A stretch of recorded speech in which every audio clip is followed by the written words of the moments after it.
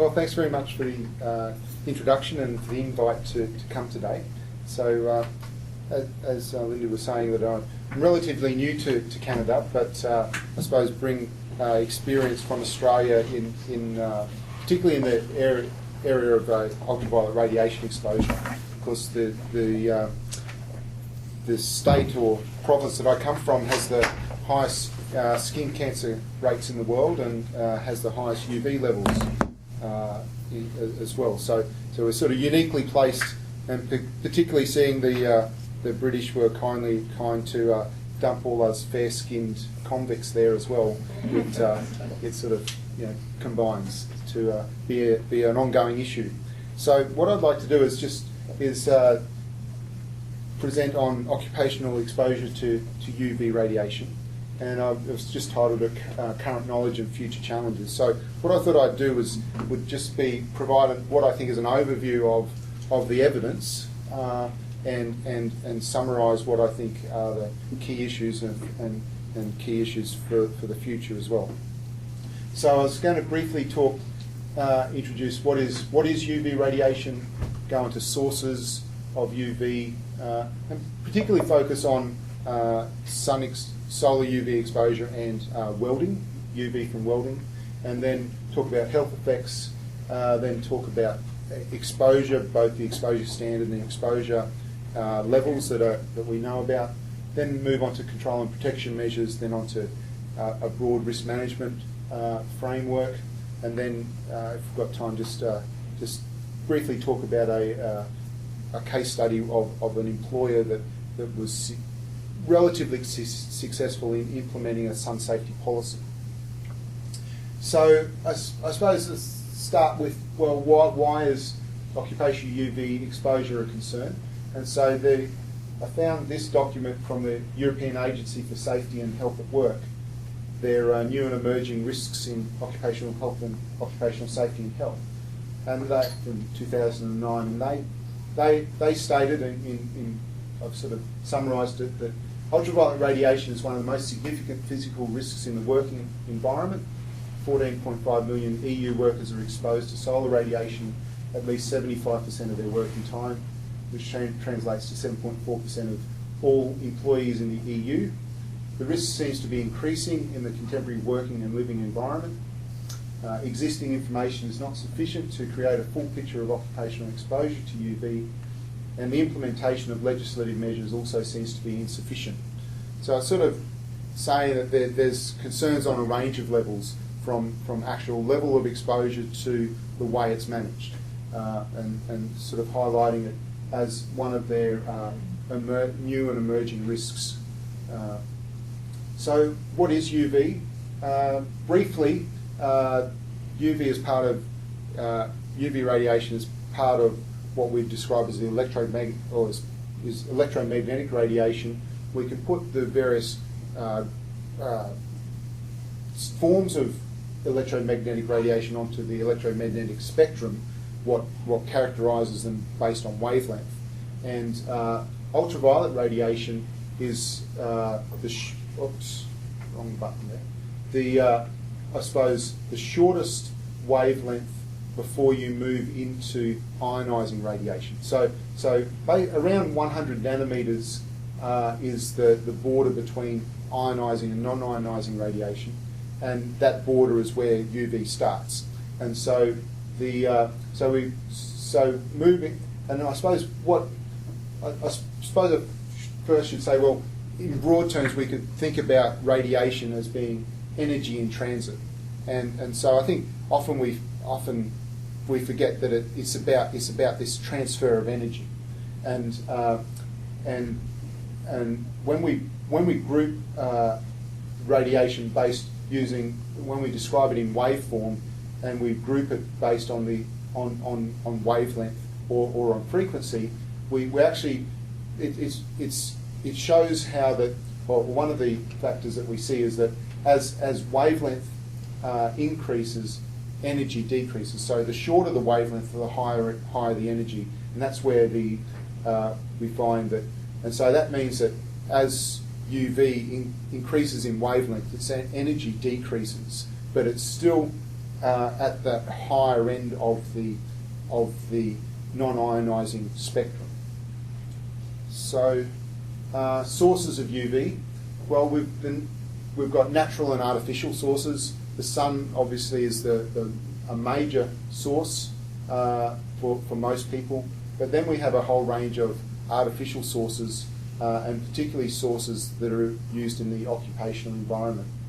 I've got here, and that includes various lamps and discharges and welding arcs, as well as there's a range of lasers that emit UV as well.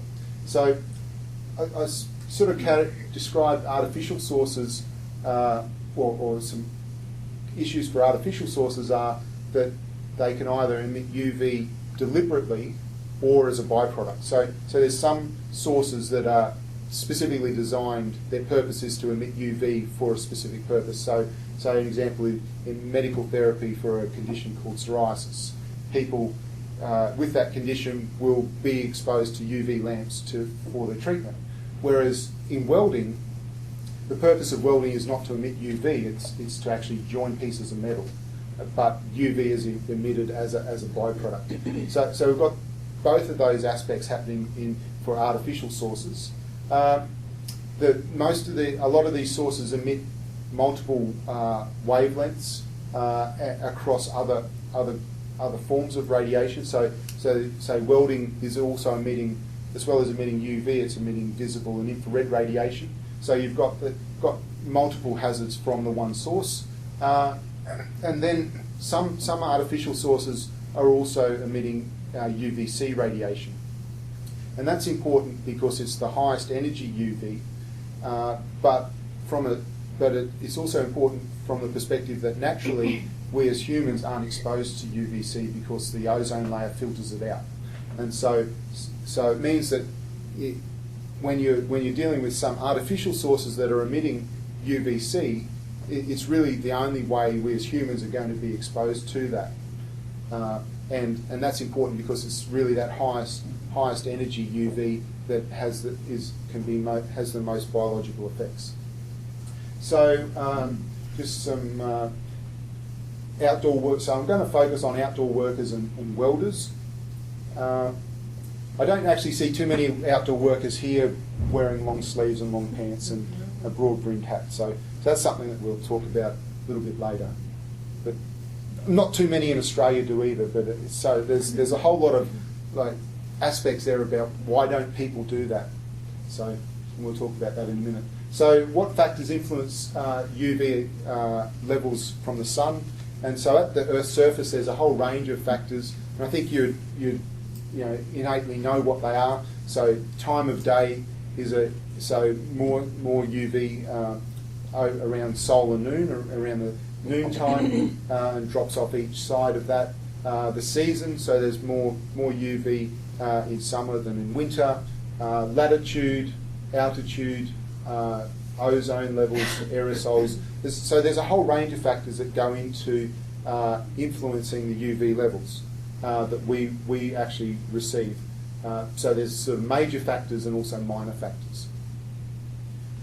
So just to sort of illustrate this, so this is a map of Australia, and it has the average values for the UV index. So the UV index is one sort of more popular measure to try and communicate. This primarily used to communicate protection or for the public. And so what this is showing. So on the left there is the annual. So it's an annual UV index at noon. So it's an annual average of UV index for Australia, and the range goes from 1 to over 14, with 8 to 11 being very high, and 11 to over 14 to 15 being extreme. And where I come from is Queensland, what is this top corner here, and so you can see that the average UV index at any time of the year is in the very high to extreme range, and then but in summer we're basically in the extreme range all the summer. So whereas when you when you look at Canada, the summer values for, say, Toronto and Ottawa and Montreal are around the 8 range and going down from there. Whereas I suppose one of the things to consider though is even though there's quite a difference there between those, say, Queensland and Australia and Canada, basically any UV index over, well, starting at 3 onwards, really people should be taking protection, and definitely from 5 onwards. So really saying that, you know, there's a good proportion of Canada, if you use that as a starting point, that people should be taking precautionary measures. So what does that look like? This just illustrates this time of day issue where, so this is time of day and UV index. On the left is for Darwin, what's closest to the equator in Australia, and on the right is Hobart. And so this is nicely illustrating this time of day influence and the differences in latitude as well. And then this one here is from, where is this from? UV index for Ireland, British Columbia. And so it's just sort of highlighting how that you've got this seasonal moderation of UV as well. So then welding, what is welding? Welding is a metal fabrication process where metals are joined by the application of heat and pressure. As I mentioned before, UV, visible and infrared are all emitted by welding, and they're byproducts of the welding process. One of the interesting things that I looked at was how long does someone actually weld for when they're welding, and one of the things we found was that they weld, and someone whose job title is welding, is as a welder, welds for around 20% of their day. But that equates to around 120 strikes, when they actually initiate an arc, and so, but I suppose that gets into a whole range of other things in regard to sort of ergonomics and you know, static, you know, sort of holding the implement at a, you know, sort of pressure for extended periods of time, but also the repeated nature of striking the arc. So, I suppose what this is saying is that even though a lot of what we do for trying to protect welders is from their own welding arc, that's really only for 20% of the time that they're working, and so that's why I think when we go later look at sort of eye injuries, welders are reporting a large number of eye injuries from foreign bodies because, you know, 80% of the time they're not wearing. Often, my experience in Australia is they're not wearing any protection because they've still got their welding helmet on, but they've got it flipped up. But that means their eyes they're not wearing safety glasses. So there's a range of other factors that go into this as well. So in regard to the UV emitted by welding, there's a whole range of factors that influence the emission, and it's really, we know that it can be highly variable, and so it varies over time, and it varies based on the factors that go into the type of welding that's being done. So it's either the type of electrode that's being used, the stage, what I've got here, the stage of the rod life. So once the electrode is melting, you know, depending on how much is melted, that changes the emission, how much fume and smoke is emitted, and particularly the base metal, the type of metal being welded, and the current and the shielding gas that's being used as well. So there's a whole range of factors that go into what controls the emission, the UV emission. And so just to sort of illustrate this, this is a graph of UV emission for two types of welding. Basically, they're both, so one is what's called gas metal arc welding, what people might know as MIG welding, and the other one is shielded metal arc welding, people often refer to that as stick welding. And so these are both using the same current basically the same current and both welding of mild steel. But what you can see is there's a quite substantial difference in emission spectrum here. So the shielded metal arc welding is really emission is from in the visible range onwards, whereas the gas metal arc welding is proportionally is much higher.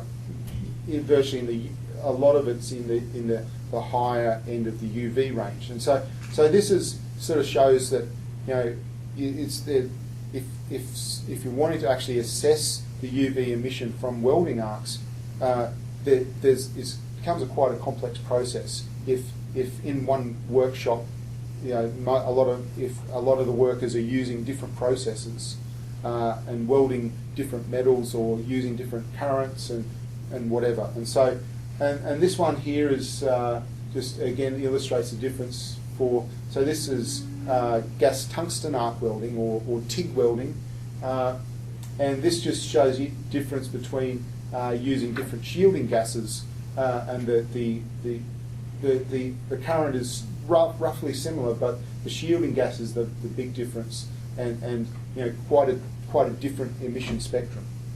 So this plays into issues to do with how both how to accurately assess UV exposure from welding, as well as how to a lot of practical difficulties. So health effects. If we look at adverse health effects from solar UV, we primarily look at both skin effects and effects on the eye. So I would say from a weight of evidence perspective, there's a lot of evidence for the skin damage from erythema, chronic sun damage and photodermatosis, as well as the non-melanoma skin cancers, squamous cell and basal cell carcinoma, as well as the malignant melanoma.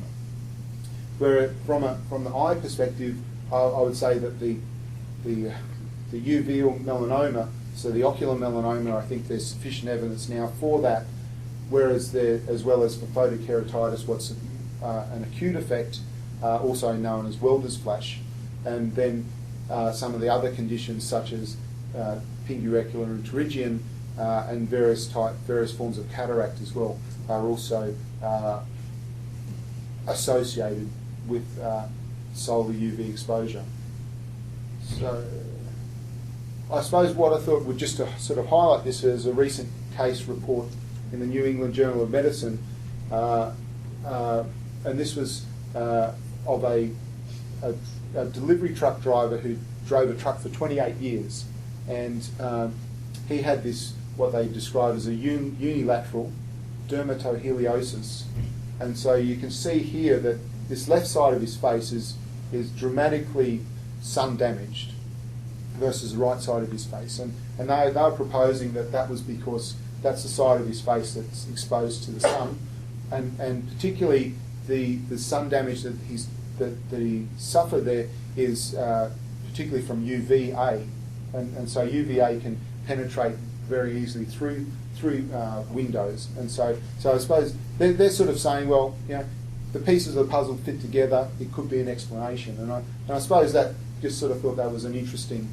recent case report that has an occupational origin. So when we look at UV and skin cancer, I think the main or the key agencies would identify UV as being a known human carcinogen, both IARC as well as so the US Department of Health and Human Services. If we look at occupational UV exposure, two recent sort of meta-analyses have been released, one on the squamous cell carcinoma and one on basal cell carcinoma, and these sort of tried to pool the various studies that they could find, and so what I've got here, so meta-analysis for squamous cell carcinoma, meta-analysis of 16 studies. They found an increased risk of squamous cell carcinoma with occupational UV exposure. Two studies, no association, so the pooled odds ratio was 1.77. But I suppose they said that they felt that there could be this could actually be an underestimation of the true association due to a range of confounding factors. whereas when the other study, the other meta-analysis was for basal cell carcinoma, 23 studies of outdoor work and basal cell carcinoma risk, the pooled odds ratio was 1.43, and that was statistically significant. So, but there was a bit more variation in the studies in regard to whether or not there was a positive association or not. So I suppose those two, as sort of summary studies, really I think provide a lot of evidence for occupational UV exposure being linked to the non-melanoma skin cancers. And the first type of occupational UV exposure was that outdoor work or welding or a mixture? I think they're basically, both of these are really focused on outdoor work. Okay. There's very little on welding. So, yeah. Question? Yeah, and so these studies, were they including people of like all skin colors? Yeah, yeah. So they're sort of pooling so each of the six, say for the first one, the 16 studies that they said that had an increased risk, that they might have been cancer registry studies or case control studies, or so there's been a range of studies that they've sort of pooled together to come up with their overall odds ratio there. So continuing for, say, non-melanoma skin cancer, some recent research in Australia indicated that there were 34,000 new cases each year that had an occupational origin. So I think that's quite substantial. And more broadly, we would say that occupational sun exposure is a significant risk factor for non-melanoma skin cancer. Mm-hmm. Whereas what's sort of more puzzling is the link between occupational UV exposure and malignant melanoma. So malignant melanoma is really you would say the deadliest form of skin cancer. But what we find is that the chronic exposure that we would associate with outdoor workers is, from the various studies, shows that this chronic exposure and ongoing long-term occupational exposure is actually weakly correlated with malignant melanoma risk. But there is an increased risk for intermittent exposure. So we're saying, so it's sort of saying that people who have sort of jobs that have some component of outdoor work, some component of indoor work, and so they have this wouldn't be considered to be high level UV exposure. That sort of intermittent exposure is what drives the risk for malignant melanoma. But I suppose one of the things. The intermittent, is that defined over a short period, like intermittent during a day, or the intermittent over a year? Yeah, I think it makes a difference. Yeah. I think that they sort of, from what I gather, that it depends on the study that and so sometimes they would sort of describe it more as, say, intermittent exposure, say, as a indoor worker who then goes sunbaking, or and so they have this high level of exposure, but for relatively brief periods, say throughout a year, versus. So I think that it just depends on. I suppose broadly they sort of refer to intermittent exposure, but it could mean a range of things depending on how the study has defined it. So, yeah, question. Do you know the country of origin for these studies, or? Well, like I know some of them have been in Australia, others have been in Europe.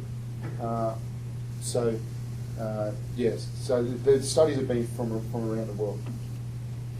And so I think one of the things that, from a confounding perspective for this, that has been proposed is the fact that fair-skinned people like myself are often self-selective to not be an outdoor worker. And so that sort of, so there feels that there could be that aspect of self-selection could play a role in determining the overall level of risk and particularly for malignant melanoma. So if we look at welding eye injuries, a range of studies have shown that welders report a relatively high proportion of eye injuries versus the broader than other categories of workers.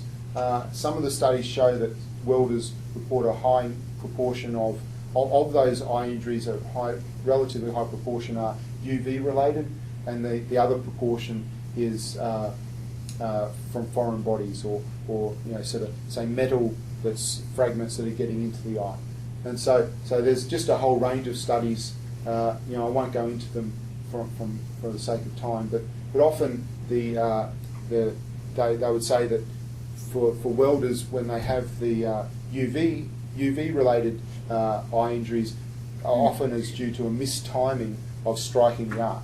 So they basically, when a welder wants to initiate a weld, they have their helmet up and they basically strike the arc but flip the helmet down, and they've got to basically get the timing right. Otherwise, they're exposed to the max. The emission initially at the striking of the arc is about 10 times the sort of the steady state exposure. So it's that timing is important. So yeah, question. Now that's presupposing then that these are people using a fixed scale number filter. Yeah. Most of the industrial processes now in Canada are shifting over to the automated. The automated filter. Yeah, sure. And they don't have to strike. No, that's true. So it'd be interesting to see whether there's a change in the pattern. Sure. Yeah. So there are. So the new, I suppose, the newest style welding helmets have in essence, a filter plate that darkens on exposure to UV. So it means that the welders can keep their helmet on all the time. But I've got some illustrations of that later. So I should keep motoring on quickly. So broadly, health effects, various surveys and case reports and very limited case control studies have shown the welders have report a range of eye conditions from pterygium and uveal melanoma and photokeratitis and erythema and the like. So, but there's really very limited case control studies, and the ones that have been undertaken have had very small numbers of subjects. So occupational UV exposure, numbers of workers exposed. Various sort of more recent reports have come out to sort of try and quantify how many people are actually exposed to UV in an outdoor work situation. An estimate in Australia is that it's around 1.2 million people. In Canada, a couple of different studies have more recently reported on this. The first one was from the National Sun Safety Survey #2 that had reported around 5.5 million outdoor workers in summer, whereas the recent work from Carrick's indicated that it was around 1.5 million potentially exposed to solar UV. But what both of these highlight that the predominance of males in this workforce, as well as the largest industry groups are construction, farming, and services to buildings. So, whereas in other parts of the world, they also report large proportions of their workforce as outdoor workers as well. Artificial sources. So, say in Canada, through the Carrick's work, indicates that around potentially 141,000 people are potentially exposed to artificial UV, and of this around maybe 80 to 90,000 as welders. In the US, the number of welders estimated around somewhere in the 300 to 500,000 number. And Australia estimates around 50,000. So I suppose if you take both outdoor workers and workers exposed to artificial sources just directly on these numbers, you're talking a relatively large proportion of the workforce. So from the National Sun Safety Survey in Canada, how long are people reporting that they're exposed? So outdoor workers, so 46% of males and 24% of females saying that they're exposed to 4 or more hours per day, and and 58 was about 2/3 2 or more hours per day. And so that's sort of that'll come into clearer when we talk about sort of levels of UV exposure. And then what I think is interesting is that outdoor workers also report spending more time undertaking recreational activities that have high UV exposure as well.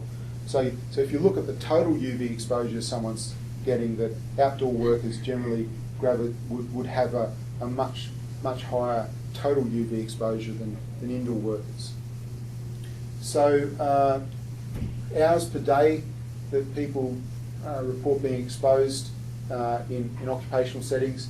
In Australia, recent work identified that the average daily exposure for an outdoor worker was around 4.5 hours a day, or 12 hours a week, and the highest levels were in agriculture and construction. From the Carrick's work, that the high, so from what I understand, categorise people into low, medium, and high based on like proportion of workday, and for someone to be in a high category, it was over 75% of their time outside, and that equated to 61% of the workforce. So you're really talking a large proportion of the workforce exposed for a large proportion of their day. When we look at the occupational exposure standard, it's based on it's based on looking at the acute effects from UV, what are photokeratitis and erythema, and basically what they did was they put the action spectra for these two conditions onto the same table, onto the same graph, and then drew what we'd call an envelope action curve around that, to say that this envelope curve would then be the what the exposure standard relates to. And so basically, if you flip this around, so this on the x-axis, this is showing radiant exposure. So in essence, what intensity of UV at these various wavelengths will produce these various conditions. But you can also flip that around by saying, then this say at 270 nanometers is identified as being the most effective wavelength of producing the adverse effects. And so if you look at, then the actual occupational exposure standard is based on identifying proportion of effect for various wavelengths, and so that's where this effective weighted irradiance comes in, where to work out what the UV exposure is for someone, to compare it against the occupational exposure standard, you have to weight the emission at the various wavelengths by how effective those wavelengths are at producing the adverse effect, but adverse effect based on this envelope action curve. And so, these standards were initially produced by the ACGIH and then adopted by the International Commission on Non-Ionising Radiation Protection. And I think what I was going to just sort of say was that I think that from my perspective, there seems to be some variability in the way these standards are interpreted. So the ACGIH, even in their current threshold limit value booklet, identifies that the standard is for sources including welding arcs, lamps, and solar radiation, but they acknowledge that the probability of developing skin cancer depends on a range of a variety of factors. Whereas the International Commission on Non-Ionising Radiation Protection, who is still using the same data, same envelope curve, have started to interpret it slightly differently by saying that they consider it to be an absolute limit for exposure to the eye, but advisory for the skin, because of wide range of susceptibility of skin types. And so they also state that excursions above the TLV for well-adapted skin have been considered by many to not pose a serious risk. And certainly this higher skin exposure is routinely accepted in an outdoor work environment. And so I suppose from my perspective I start to have a little bit of a trouble with this, because does the standard apply or doesn't it apply? If the basis for the standard is for skin and eyes and for solar radiation, why we start to put conditions around how we apply it? So question. Well, I know ACGIH will always describe itself as a guideline and not a standard, so they'll always say for everything that. You really have to go back into their documents, get how they describe it, backing their various numbers, and that gives you a better idea of what emphasis to put on it. Yeah.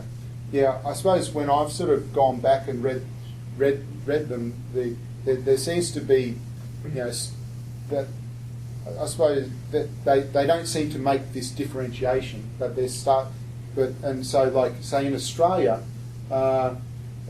The Australian standard for radiation protection standard for occupational exposure has actually it's adopted the international standard, but it actually has only adopted it for artificial sources. It says that for outdoor workers, application of the exposure limits is not practical, and so you in essence do your best to limit exposure, but it's going to be difficult. So I suppose for me, I start to have, there's that aspect from I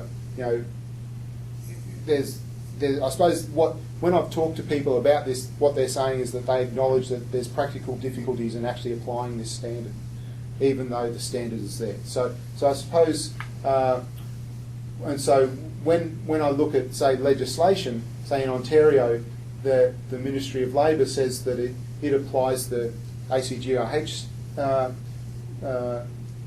occupational exposure TLVs, but they don't in their what they describe. They don't describe a difference between applying it for artificial versus solar. So I suppose I'm just sort of raising this as I think that there's some differences in interpretation.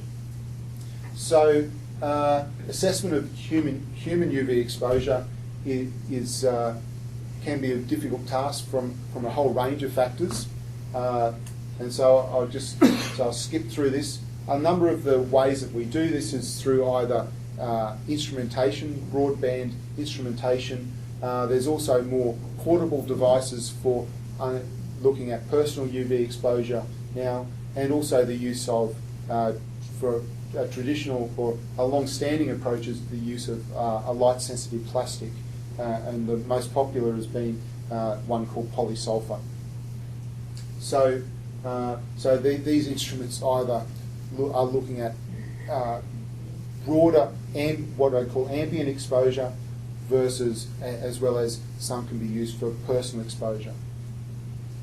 So polysulfone, say one way it's been used is to look at say the effectiveness of hats and how which type of or hat features of hat design provide most protection. So this is something that was one of the studies in Australia. And I suppose then if we look at levels of exposure, what people might be exposed to, this is a table that I put together a while ago based on the effective irradiance that's reported for various sources. And then if you look at the exposure time to reach either the TLV or to produce photokeratitis or to produce erythema, what you can see here is that some welding processes, the time to reach the TLV or to produce photokeratitis or erythema is very short, within seconds.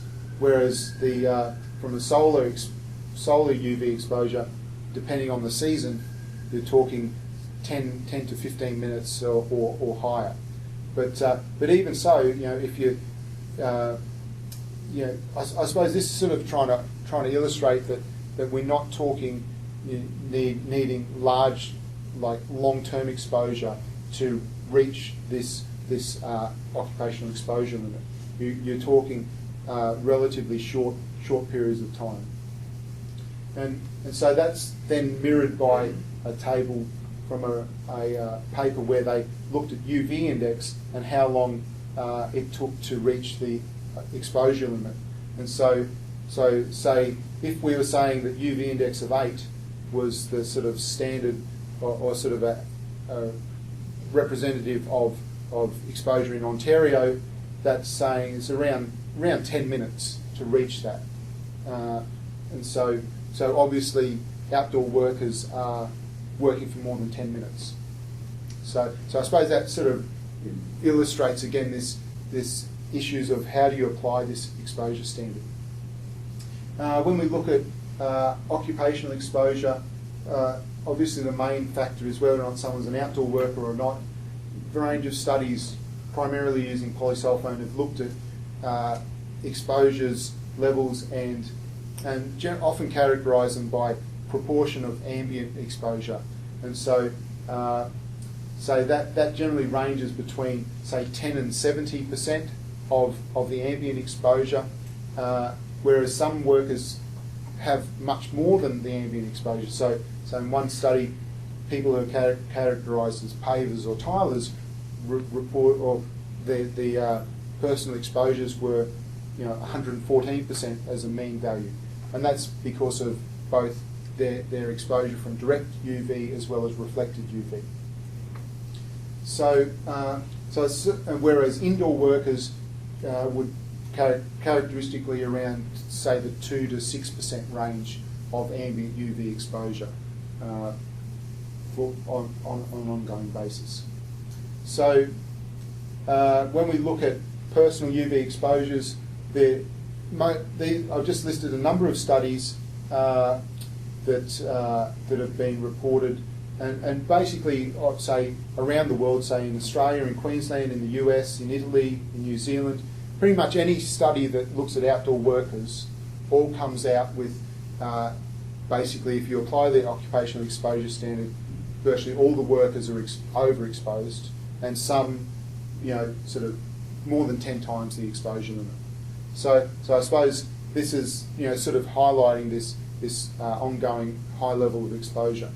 And so I'll keep going because I know I've got a bit to do. One of the studies that I did in Australia was looking at welding and what sort of exposure that welders and people in the welding environment were exposed to. So this is just an illustration of the welding workshop that we undertook the study in. So basically a rather large manufacturing site that had people that categorised as either welders, boiler makers, and so boiler makers are people who do welding, but their primarily role with welding is to sort of set up the materials for the welders to do the large amounts of welding on. And then, so there was in this situation, there was welders, boiler makers, and supervisors who were basically walking through the site quite regularly and checking on the work. And so what we did was we used the polysulfone, we attached it to safety glasses and to welders to the outside of their protective equipment, and we also put it inside the welding helmets in various locations to basically see what were they receiving on their face, as well as and proportionally to their body, as well as for welders, boiler makers, and also for the supervisors. And we also put it throughout the workplace to sort of get a sense of what the ambient exposure was. So what were and part of the tricky part of this was actually calibrating the film because of so many variables for the welding emission, as I talked about earlier. And so what the levels that we found, so for welders within their welding helmet, are between 3 and 4 times the exposure limit, Boilermakers up to 5 times, and then the non-welders are up to mean values of between 9 and 12 times the exposure limit. The welders, not unsurprisingly, 3,000 times the exposure limit on their chest. But obviously they're well protected there. But that sort of gives you an illustration of what sort of emission that these guys are. And these are all based on an 8-hour TLV. Whereas the ambient UV levels were around 5 times the exposure limit. But I think what's interesting for this is that the of the people that you would say you wouldn't think would have a high exposure, they actually came out with pretty much the highest exposure, and that was the supervisors who were walking around, because they were exposed to basically everyone's welding. And so it also highlights that for welders, if they're only spending 20% of their time actually welding, so the other 80%, if they're in a welding environment like this, they're still being exposed to much higher levels than what you would expect. So I think my time's nearly up. So I might I'll quickly just skip through a couple of these. I suppose there's a range of control measures. I'll go back to this. I suppose when we think about the hierarchy of controls, in a lot of ways, elimination, substitution, and isolation are really not very effective for either solar UV, but they can, or for artificial. Whereas it means that then we're moving into either engineering controls, administrative controls, or use of PPE, and we know that they're, so now we've by definition moved into the least desirable protection measures that also have the most chance for not working as well. And so I think that's sort of, if you think about the control measures for UV, if from this hierarchy perspective, it sort of is quite telling on that. When we look at UV exposure and from solar UV exposure, the measures are primarily around administrative controls or PPE, but the range of studies show that a large proportion of workers don't use it, and it's not enforced. So and there's a whole range of reasons for that. Controlling artificial UV, there can either be through administrative engineering or PPE, and there's a whole range of standards for all of those. And so and often these are taking account of a range of other hazards in the work environment as well. Whereas one of the things that sort of I looked at as well was can the if the welding helmets, if we're measuring these values within the welding helmet from the personal exposures, how was the weld radiation getting in there? And what I also found was that going back a number of years, a lot of the welders were trying to make their own modifications to the helmets for the older style helmets, and these are some illustrations, and obviously these sorts of things have the potential to create other hazards, and so what we did was set up a lab-based study to look at if we got a head form wearing a solid state detector in its eye socket, and then exposed this to a source from a whole range of angles, what was happening. And so I suppose these slides sort of illustrate what was really happening. So this is looking down, and you can see that, say, for this design of helmet, if any exposure was coming from the back, that there's quite a lot of entry of availability, and what we found was that basically the filter plate was really what was actually the thing that was allowing the radiation to actually be reflected into the eyes or onto the face. So in essence, it as a protection measure, it provides very good protection from someone from their own arc, but it doesn't provide any protection from anyone else's arc that might be behind them, and we also found that, so it might either be from the top, so reflected radiation from the top, or can come in from the side. And so this was the newer style welding helmet that had a much bigger welding filter, but these also have a much larger sort of reflection surface as well for any radiation coming in. So risk management, what I'd say, there's in Australia the exposure radiation protection standard identifies a broad risk management framework that requires a workplace policy, employee training, assessment of risk, and then based on that assessment of risk, the implementation of appropriate control measures. But I suppose one of I think where this falls down is how do you actually do this accurate assessment of risk? Because if you can't do that, how do you then choose what the most appropriate control measures are? So that there's some limitations to this process, even though I think as a broad framework it's an appropriate framework. And so I was just going to close with one of the companies I worked with in Australia was called Dyno Nobel, and they're an explosives firm. They supply explosives for mining companies and at mine sites, and they basically identified sun exposure and heat stress as two key issues for their workers. So workers work in very remote locations, sort of daily temperatures around 45 degrees Celsius, 95% humidity, and these guys were basically wearing shorts and basically shorts. And so some of the workers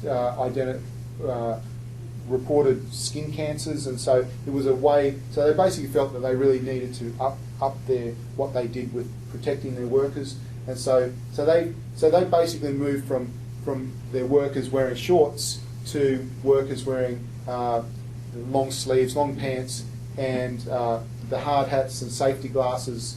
And so basically they're an illustration of a company that was able to move their workforce and through to being what would be considered to be very well protected. But one of the things they had to do is get the workers to accept wearing. If someone's worn shorts their whole working life, and now you want them to wear long sleeves and long pants, there was a lot of resistance to that. And so the way they did that was to issue what they called cool wear. So it's clothing that was designed for light clothing that had ventilation holes and a whole range of things. And so that I suppose that there's, even though I know a lot of companies would say that they can't do it, I think there are illustrations of companies that have done it. So that's basically what I was going to finish on that. So thank you for your time, and I'll take any questions if anyone's. I suppose I've just got a range of conclusions there. So I'll just take some questions. So thanks. I noticed that you didn't mention the Canadian Eye Protection Standard, CSA said 94.3. We do have a section in that which particularly addresses eye protection for outdoor workers. Right. And that was something which in the 2007 issue was directed by CSA's Strategic Planning Committee because of the awareness of occupational UV exposure problems. Okay. So no, I wasn't aware of that. So we should have a talk. Yeah, that'd be good. So given that CSA has that standard, what's the meaning? Does that mean that employers who have outdoor workers are essentially obliged to be essentially, that? yeah, because of course the Ministry of Labor's policy is that you've got to use something that meets the CSA eye protection standard if it is eye protective equipment. So we have that built in, and similarly with welding standard and so on, we've got the various tests that are in place for that.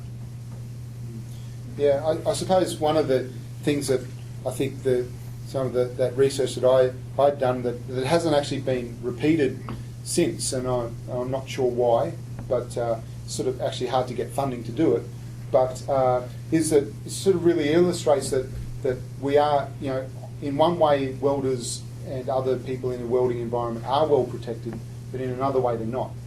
They might be protected directly from their own arc, but if that's only 20% of their work time, they're not protected very well from the other 80% for the other 80% of the time.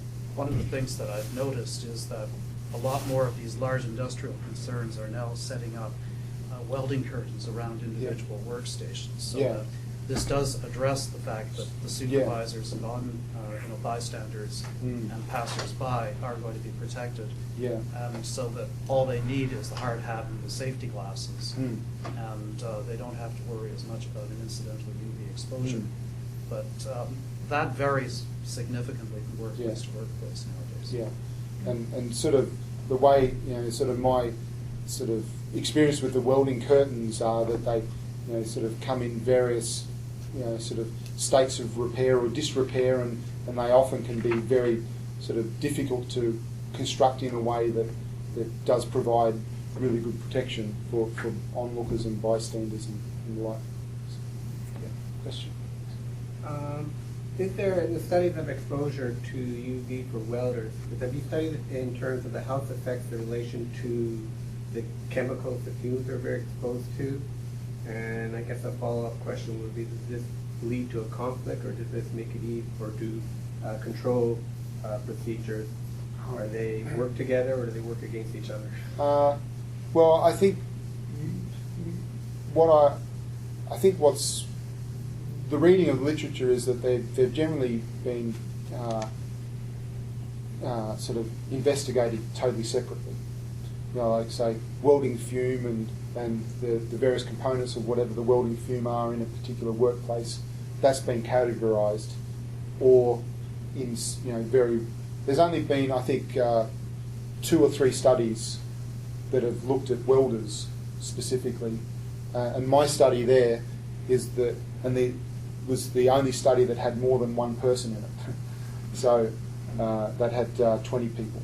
So I think there's very limited information about welding UV exposure, but I think but they very much go together in regard to the production of ozone from welding, or the range of contaminants in welding fume. So the issues very much go together, but from an assessment perspective, they've generally been assessed totally separately.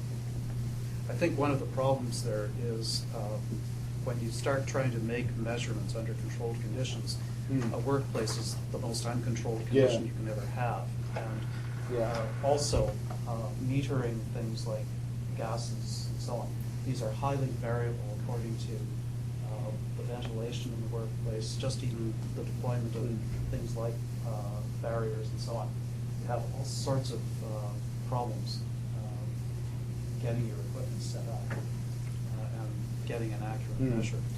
I've tried to do that on a couple of occasions, and we've got measurements, but the problem is that it's, the noise is just tremendous.